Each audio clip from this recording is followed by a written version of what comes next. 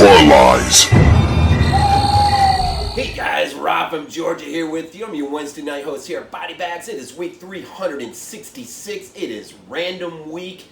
It is the week that precedes Vinegar Syndrome label week. But this week, man, I'm looking at Alexandre Aja's 2003 directorial debut with High Tension, man. What a freaking movie. Now, this was a first time watch. I picked it up not too long ago from a place that I like to hit up once in a while. And so it's a DVD, but I'm just going to say right here, the minute this thing gets a 4K release, if it already hasn't, I don't think it has, I'm skipping the blue, I'm getting the 4K. This movie rocked my freaking world, man. I cannot believe I have not seen this movie yet up until this point. But I figured I'm going to watch it, I might as well review it, right? So, I gotta say, I cannot talk about this movie without talking about the infamous twist amongst a lot of things in this movie. So I'm just going to throw it out there. This is going to be spoiler fail to the max. So if you have not seen this movie, then please just bail unless you don't care.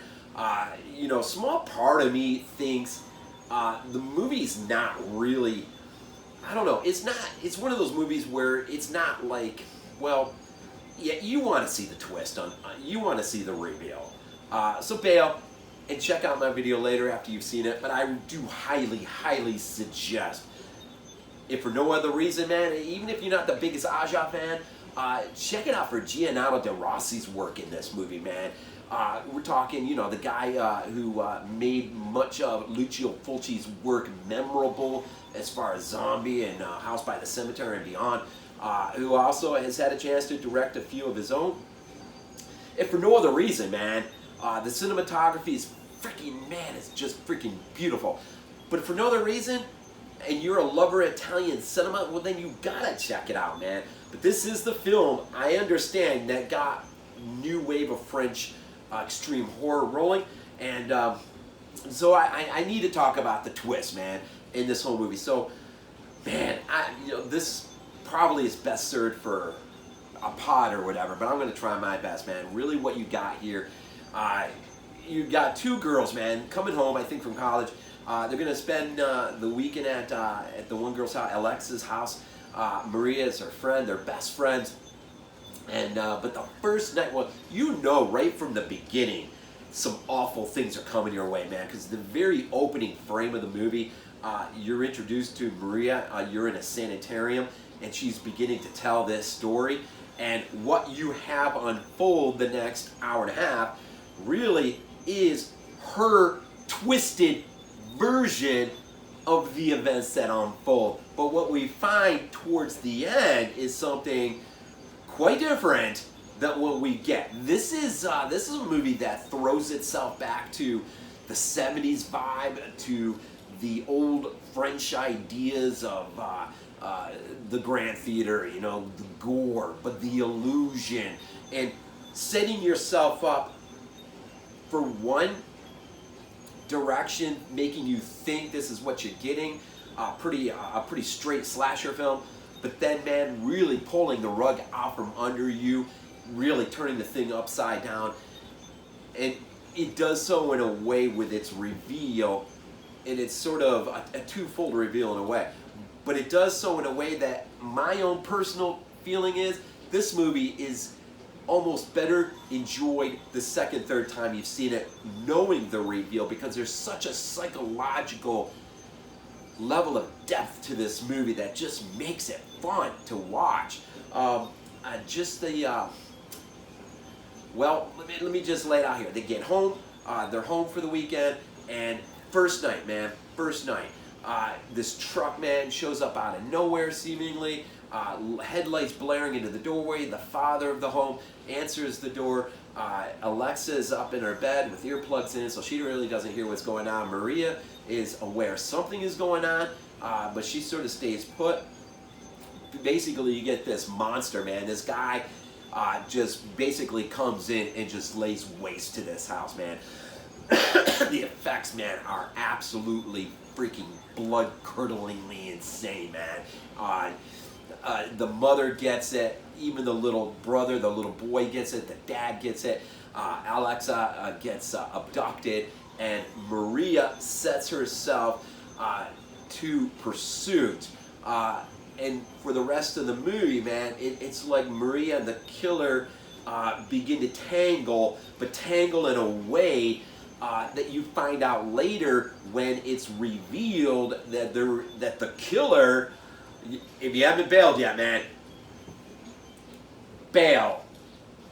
That the killer is actually Maria the whole time. Now, that lends to some very, very, very implausible, a huge leap in terms of the things that she has done. You wonder, could she have done it? But you know, she's freaking psychotic, man. She's a freaking monster. She's schizophrenic. I mean, she is your worst freaking nightmare to come into your home, man. And Alexia has no clue, man. She just brings her in her home not having any idea what is about to unfold on her. And what continues, man, is, you know, a sort of straight forward slasher, but then, you know, it plants seeds along the way. Even at the beginning when Maria, we catch up with them, they're in the car on their way to the house in the very beginning. Maria wakes up from a dream and she tells Alexia, man, I kind of had this dream that I was sort of like chasing myself. And there's your first major foreshadow that there's something else going on. And there are little bits, you know, dropped here along the way. And it isn't until we're about a little past 3/4 of the way, I think, where we've had a gas station that was fell victim to Maria's murderous rampage. And there's a great scene in there where Maria, the sane part of this personality, is running from the killer, trying to hide from the killer. She's actually down or in the bathroom, but it's an incredible homage to 1980 Maniac. In fact, so much so that, man, when she's at the sink and she's bent over, the minute you just think, the minute she lifts her head up and you're gonna look into the mirror, you're gonna see the killer right behind her. I mean, it's just one of the best nods to a classic film I might have ever seen in a movie. It was just done flawlessly. And then there's nods to Texas, there's nods to Halloween, a few things. But everything is done without really being a nod. I mean, you could say the gas station one was sort of laid out pretty purposefully, but man, it was executed freaking remarkably, man. And then you get to this point where it just seems like Maria and her alter ego, or the monster, it's like there's a real struggle of personalities, of control. And, you know, the monster wants control, she wants control, and it just seems like there's something like really crazy. But probably rooted in this is her obsession for Alexia. She wants a relationship with Alexia to the point where she is going to eliminate anything and anyone that comes between them. And that becomes sort of the motto or the mantra of the film is, nothing can come between us now. And we'll hear that at the beginning, we'll hear that throughout, all the way to the very end in the grand finale. But I'm going to tell you, there are two moments, man, when it's revealed. The first, of course, at the gas station, police finally arrive on the scene as a result of Maria had made a phone call, but it's sort of a scattered call in a way, where she sort of tells them things, but then she ends up hanging up. And then they're away from the gas station, but when the police finally get there and they're reviewing the security tape, that's when it's revealed, and we see that it's in fact Maria who has just killed the gas station attendant inside, and not this other killer. From that point on, it's like the two become interchangeable, and you really see 1 minute it's her, the next it's him, but it's one and the same, right up to the grand finale. But there's this point where Alexia, as she's been abducted, she's in the back of the killer's truck the whole time. But there comes a point at the end where Maria believes she's killed, in fact killed the killer, who she imagines is something entirely of its own, when in fact it's her. She lifts up the back door of the back hatch of the truck, and man, that moment, I almost wish the reveal, I feel like the reveal was just a little misplaced in that I almost feel like in the security tape, we wouldn't have seen it, but maybe just got an expression from the detective like, wait a minute, this is our second major opportunity to kind of like, wait a minute, what's going on here kind of moment. and left the reveal to have its full expression the moment Maria and Alexia have their moment together, when the one sees her own self as a savior, and the other one, of course, who's bound up, sees herself as a victim, but knows that Maria is the murderer.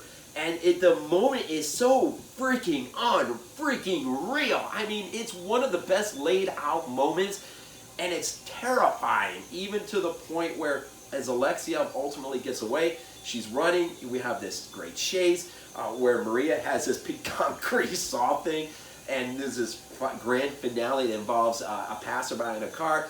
He gets pulled over by Alexia. She gets in, but he can't get out of there quick enough before Maria attacks. And by the end, you've got her and you've got Alexia out on the street, and you've got this great moment where Maria is just, "You love me, right?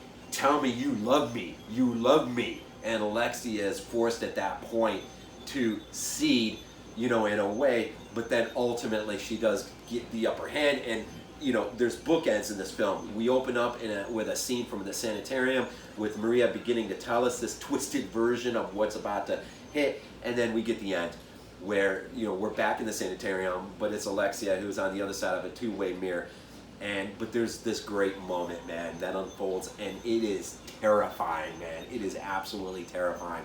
It just recalls the last closing moments of Psycho. It has that 70s vibe, and it's just kick freaking it's awesome. I just can't believe how much I freaking got into this movie. But this is one of those movies that works on you after the fact, and you really start to think about it.